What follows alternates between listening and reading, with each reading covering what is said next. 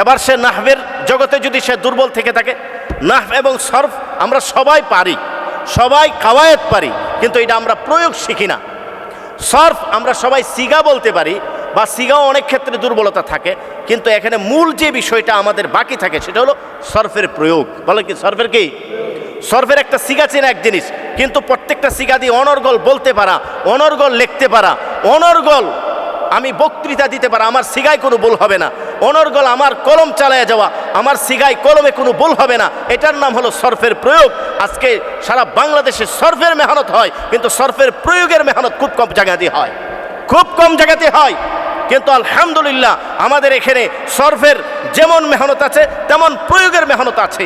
যে কোনো সিগা সে অনায়াসে যখন বক্তৃতা দেবে তার ভুল হবে না, লিখবে তার কোনো ভুল হবে না। ঠিক তেমনিভাবে নাহব, অনেকে আমরা নাহব পড়ে এসেছি, আমাদের নাহবের কোনো দুর্বলতা নাই, কাওয়ায়েদ আমরা সবাই পারি, কিন্তু আসল যে বিষয়টা বাকি থাকে সেটা হলো নাহবের প্রয়োগ বা নাহবের যে ফিট করা, যেটা আমি যেন নাহবের যে কোনো কাওয়ায়েদ দিয়ে বলতে পারি, লিখতে পারি, বুঝতে পারি, যে কোনো কিতাব আমি অনায়াসে আমার মাতৃভাষার চেয়ে সহজে বুঝতে পারি।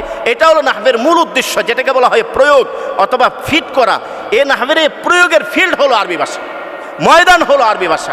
আজকে আমরা নাহবের ময়দানে, নাহবের ফিল্ডে না আগে, অর্থাৎ আমি যে প্রয়োগটা করব কোথায় করব, সেটা হলো আরবি ভাষায় করব, আরবি ভাষায়, অর্থাৎ আরবি ফেল, আরবি ইসিম, এগুলির মধ্যে আমি এটা প্রয়োগ করব। কিন্তু এখন আমার ভাষাই নাই, আমি ভাষার মধ্যেই কোনো মেহনত করি না, ভাষা চর্চা করি না, ভাষা চর্চার ব্যাপারে আমার কোনো গুরুত্ব নেই, তাহলে আমার কিভাবে নাহবের প্রয়োগটা আসবে?